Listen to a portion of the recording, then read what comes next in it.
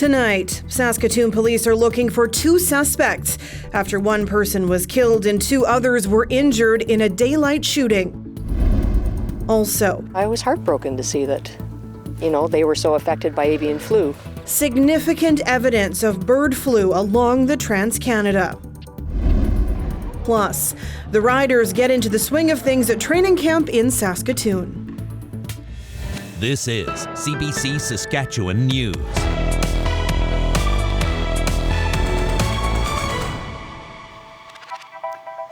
It is Friday, May 20th, and the CBC Saskatchewan News starts right now. Good evening and thank you for joining us. Saskatoon police responded to daytime shootings in the city's Newtown neighborhood yesterday. A man was found dead and 2 others were injured. One man tells CBC News that officers broke down his apartment door and took him to the police station while he was almost completely nude. Yasmin Hureya has the story. Saskatoon police received reports of fired shots in Newtown, and they headed to an apartment building in the 700 block of Melrose Avenue yesterday. That's where they say they found a man dead behind the building. A man says around that time, officers also broke down his apartment door. CBC is not naming him due to privacy reasons. He says he heard rustling, yelling, and people running between floors of the 3-story building. Then he heard someone running past his door on the 3rd floor. About 10 minutes later, he said officers broke down his door while he was naked. He says they handcuffed him and took him down to the station with just a jacket wrapped around his waist. He was at the station for about 4.5 hours and let go without any charges. 2 men aged 25 and 35 were injured in the shootings. Police are now trying to identify 2 other men who were seen fleeing the area in dark clothing. They both have slim builds and one was carrying a bag with a strap. Anyone with information or video from nearby security cameras should contact Saskatoon Police or Crime Stoppers. Yasmin Ranea, CBC News, Saskatoon. A drug meant to help vulnerable patients overcome a COVID-19 infection is now more widely available in Saskatchewan. 170 pharmacies across the province will now be able to offer Paxlovid.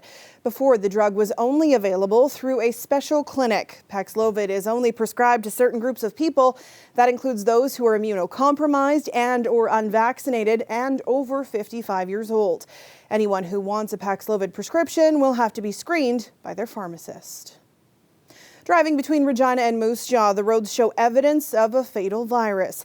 And as Fiona Odlum reports, it's not what many expected this spring. I have never seen this number of dead birds. Jen Gibson has lived on this property near Grand Coulee for almost 15 years. The self-proclaimed bird geek waits each spring for the snow geese to return. But this year, things didn't go as usual. They settled in the field, this field here, another field further north, and everything seemed fine. They're loud. They're fun to watch. They're lovely birds. And then when they left and the snow started to melt, it became clear that there was some that didn't make it. I would say at least a dozen, if not more. And Gibson's property wasn't the only one seeing dead birds dotting the fields. It was clear the issue was widespread in the area. We would see the flocks. You could see them off the highway. You could see them around Grand Coulee. And then, once they'd left, you could see that there were some that didn't make it. Avian flu is being blamed for the deaths, specifically the H5N1 subtype. It's highly contagious among wild birds.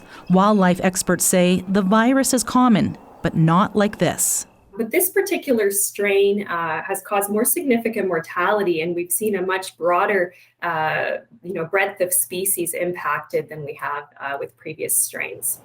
Since late March, the Ministry of Environment has received more than 300 reports of dead or sick birds. Another 100 are considered presumptive positive cases, and most are found between Regina and Moose Jaw. In that region, the birds are stopping over along their migration route, and that's where you're seeing the very large flocks of birds. And while only Snow and Ross's geese were targeted at first, the virus is now spreading. We are also getting quite a few reports in raptor species, so hawks, eagles, great horned owls, also scavenging birds, so crows, ravens, and magpies, and we suspect these birds are likely feeding on infected waterfowl carcasses.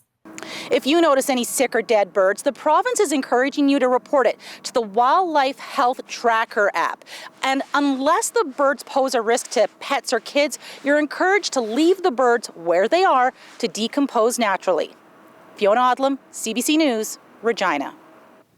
Despite the rain and snow today, the Saskatchewan Roughriders were back outside at Griffith Stadium in Saskatoon this morning.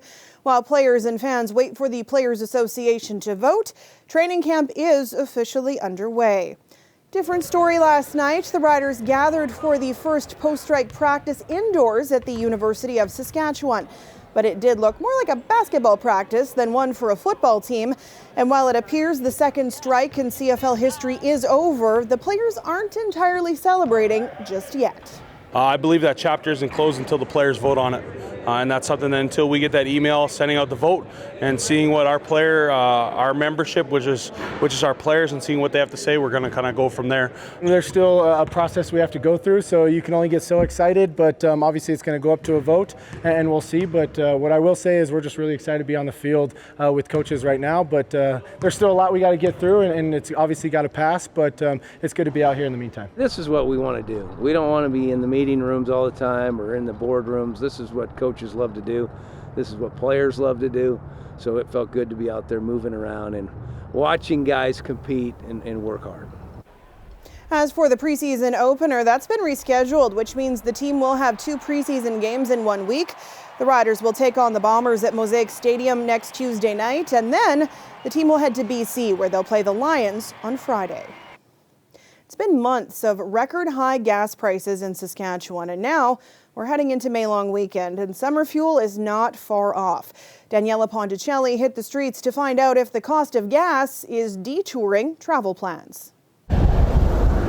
Saskatchewan drivers are in for a record-setting long weekend. The price of regular gas was just below $1.88 per liter on Friday. So we had to know if anyone was road tripping this May long. Hell no. These gas prices, you can't really do anything, right? I'm sticking close to home. Gas prices and diesel prices are through the roof, and it's just crazy. Others are trying to strike a balance. Shelley Gilroy is from Drinkwater, Saskatchewan.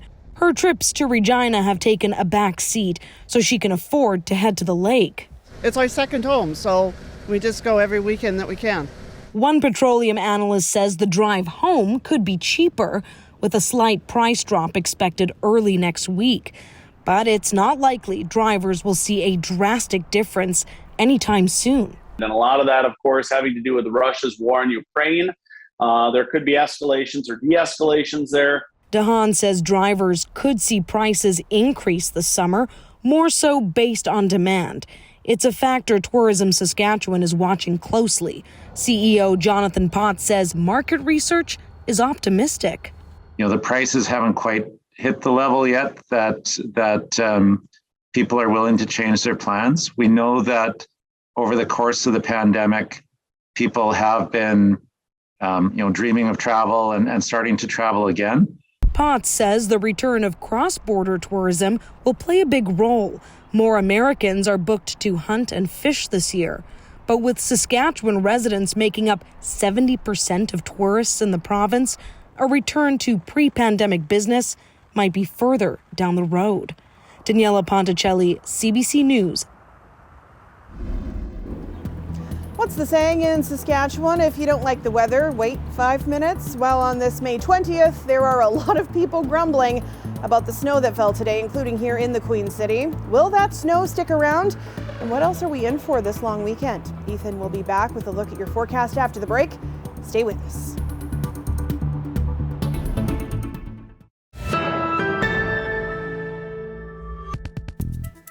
A drive through the Canadian Rockies will treat you to views of Blue Mountain lakes, wildlife, and of course, glaciers. Those glaciers not only bring in a flood of tourists, but are crucial for the rivers that run through our prairies. With our changing climate, glaciers are receding at an astounding rate. CBC meteorologist Christy Kleimenhage hiked the Athabasca Glacier to see how long the massive ice sheets have left and what that means for our future water. Canada's glaciers have long been a symbol of our Rocky Mountain wilderness, but they're disappearing fast. Our glaciers are receding at an alarming rate, not only across Canada, but around the world. In the last 15 years or so, spending more time on the Athabasca Glacier specifically, it's been remarkable to watch the dramatic change of this landscape. It's no longer possible to ignore. But before we go too far into the future, we have to go back to the beginning. Glaciers form in mountainous hollows where snow piles up over many years. With time, that snow compresses, forming ice, but it doesn't become a glacier until it very slowly starts to flow downhill. The water from our glaciers in the Rocky Mountains helps to feed our rivers that flow across the prairies, rivers like the North Saskatchewan, the Athabasca, or the Bow River. A glacier's life cycle depends on snowfall accumulating and melting away throughout the year. But when more melts than can be replaced, the glacier will begin to shrink. And we're seeing that shrinking already. A trip to the toe of the Athabasca Glacier in the 1920s would have ended near the present-day highway, but now it's well over a kilometer back.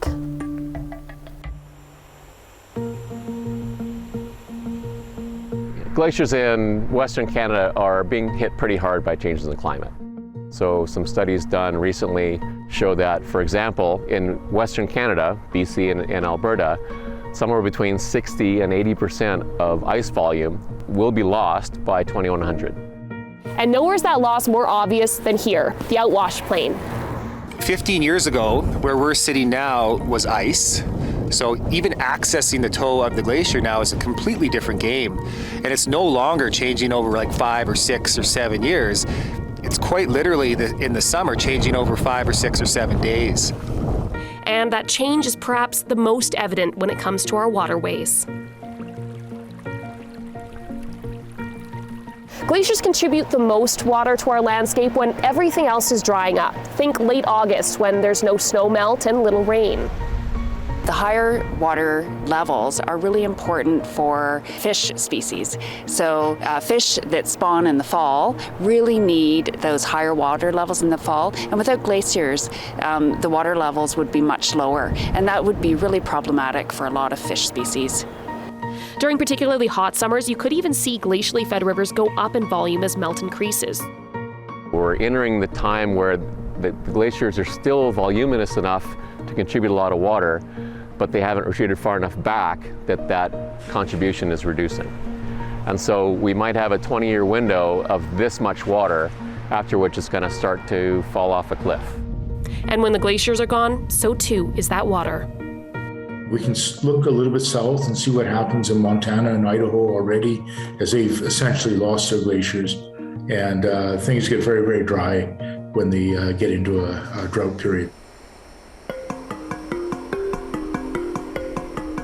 Scientists say we're past the tipping point for many of Canada's Rocky Mountain glaciers. The calculations that many scientists have done suggest that even if somehow magically we're able to stop global warming tomorrow and return the atmosphere to more normal CO2 concentrations, we would lose most of the Rockies glaciers. And while the Columbia ice field may survive until 2100, glaciers like the Peyto Glacier near Banff could be gone by 2030. And the Icefields Parkway, named for its glacier vistas, could become a relic within a couple of decades.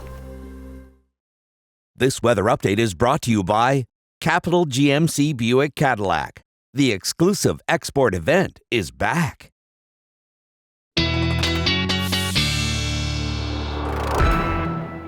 And Ethan Williams is here for a look at our long weekend forecast. And we're not exactly off to a particularly great start. No, that system yesterday is still lingering into today. And speaking of that system, we do have some precipitation totals now from Environment Canada and CoCoRa's. And now this is primarily rainfall totals. Snowfall totals, it was difficult to pick up just because of all the moisture content. It had melted so quickly, but a good 37.3 millimeters where they really need it in the Cypress Hills. Yorkton Wynyard picking up about 30 millimeters worth of moisture content.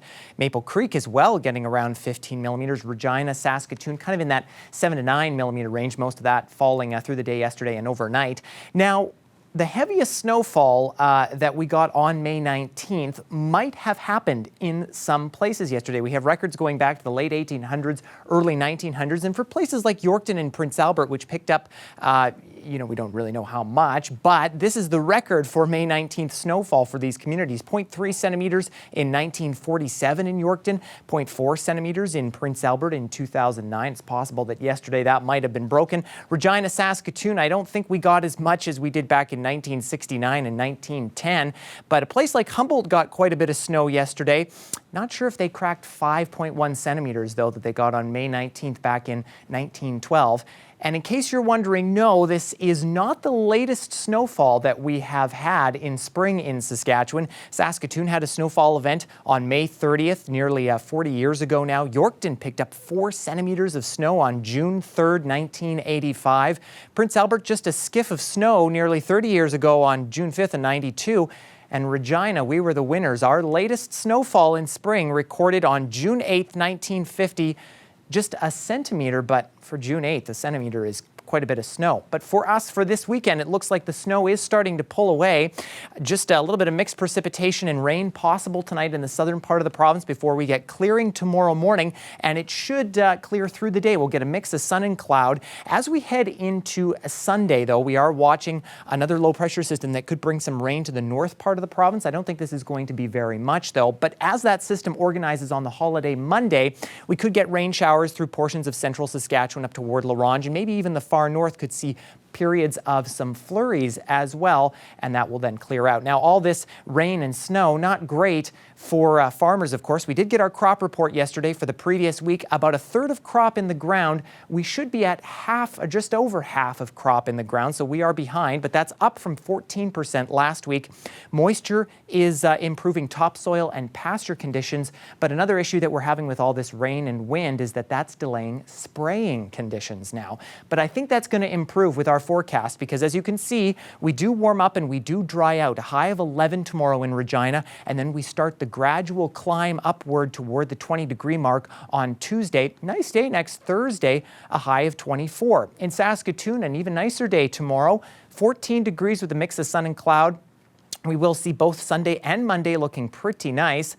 And as we go into next week, Sam, I think the weather is looking a little nicer. All that's left to do now is go enjoy it. You revealed all those sunshiny days and I have a big grin on my face. Even the nighttime lows are bearable. Yeah, they're actually pretty decent. I think this might be the end of, let's hope, the minus temperatures. And you jinxed it. Sorry. Thanks, Ethan. You're welcome. Okay, how cute is this little guy? A Saskatoon nature lover captured an orphaned Gosling search for a new family. And not all attempts to join other geese went very well. You can find the whole adorable journey on the CBC Saskatchewan Instagram page. We'll be back after the break.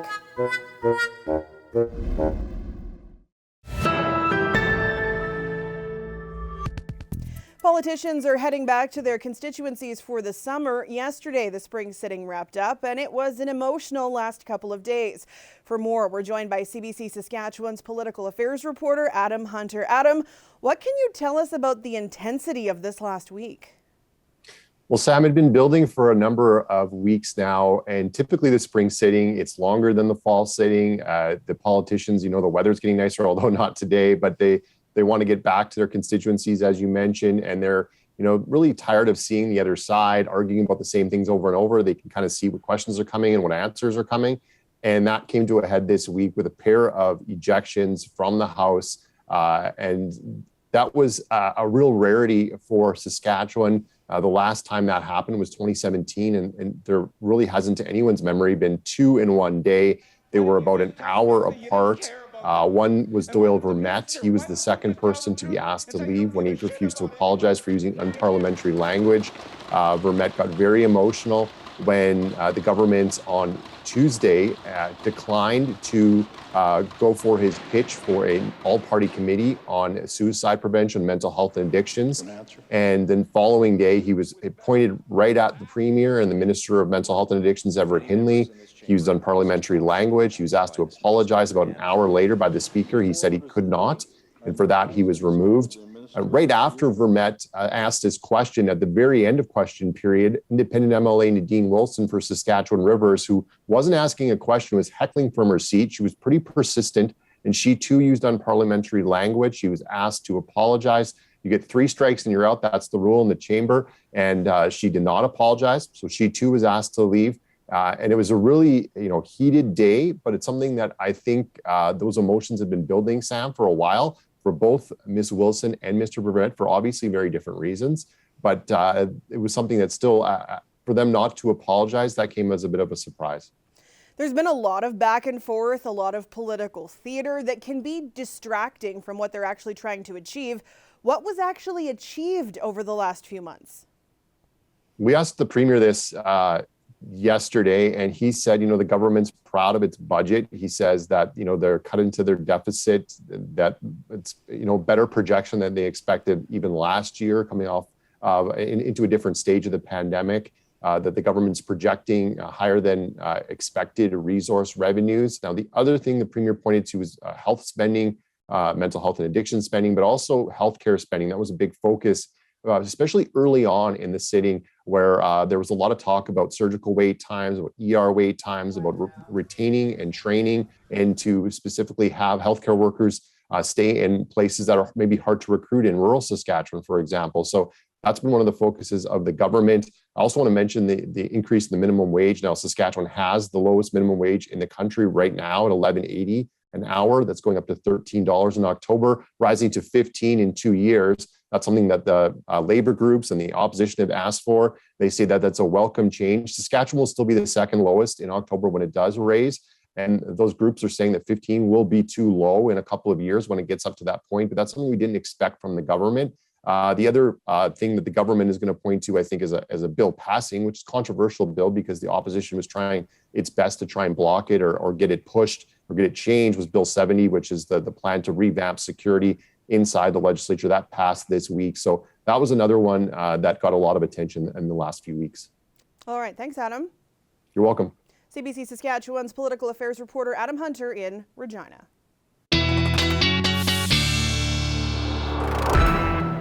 And Ethan is back with one last look at tonight's weather. And tonight we will see some clearing and some calmer winds in Regina. Sam will wake up at 8 a.m.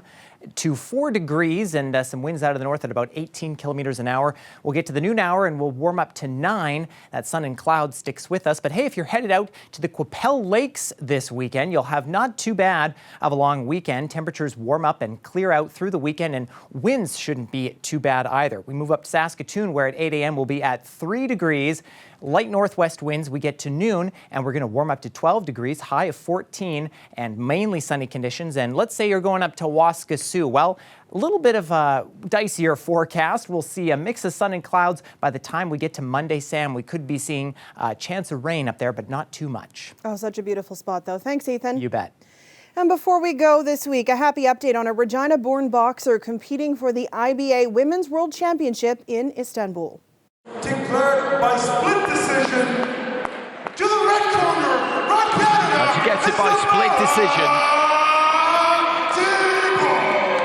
This is 25-year-old Tamara Thibault beating Panama's Athena Bailon in the middleweight division.